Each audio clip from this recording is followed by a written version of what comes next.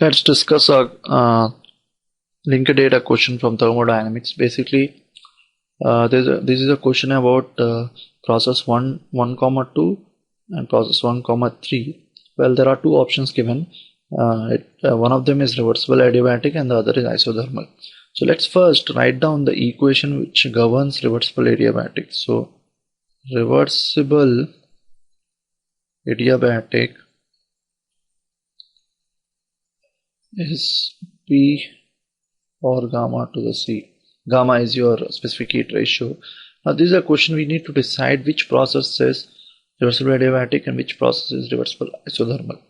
Now the best way is to check the slopes because the starting point is same. Point 1, which is the starting point, you have the pressure and volume unique value. So it's better to check the slope, and based on the slope we can define, because looking at the slope, reversible adiabatic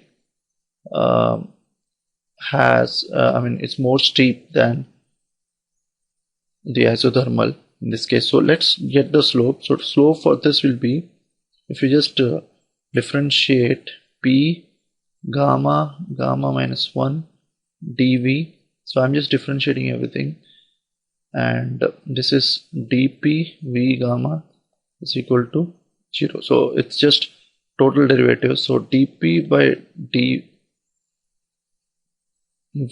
will be minus, if you just look at it, minus gamma P by P. So this is the derivative, this is the slope minus gamma, and gamma is given, basically gamma will be this is an ideal gas.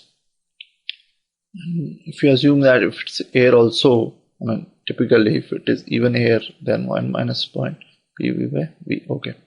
Now for isothermal case, let's do the same exercise for isothermal case. So isothermal case, because it's ideal gas, so PV is equal to constant, so PdV plus dV is equal to 0, and I take the derivative, the total derivative, and dP by dV is minus P by V.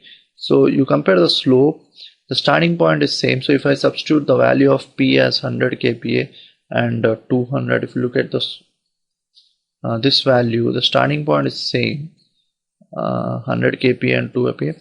So I will get a more negative value for reversible adiabatic, because this is minus 1.4 P by V and this is P by V. So the more negative value will be obtained for reversible adiabatic.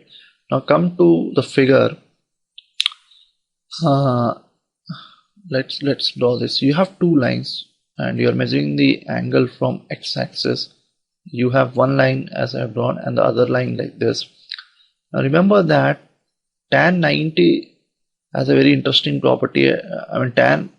Tan has a very interesting property at 90. At 90, it switches from plus infinity to minus infinity, and then it drops from minus infinity to tan 180, which is 0.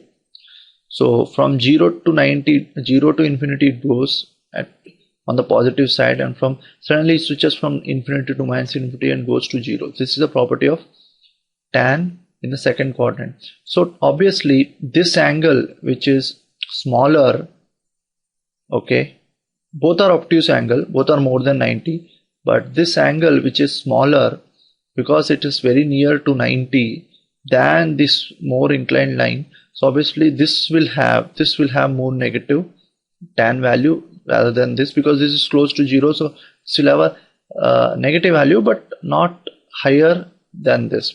So obviously you can see that the process 1 to 2 suits for reversible adiabatic because it has a more negative slope value, and because slope is tan theta, and you have to see how tan varies from in the second quadrant. So from all this discussion, you can say that the reversible adiabatic has more negative slope, and also the fact that how tan behaves. So lower the obtuse angle, higher is the value. After 90, it just changes from infinity to minus infinity tan. So you can use your calculator. You can see tan 135 and tan 145. Tan 135 will have a higher negative value. So that 135 is like close to reversible adiabatic. So the answer is A. I think this is a very important, just a conceptual discussion. Thank you.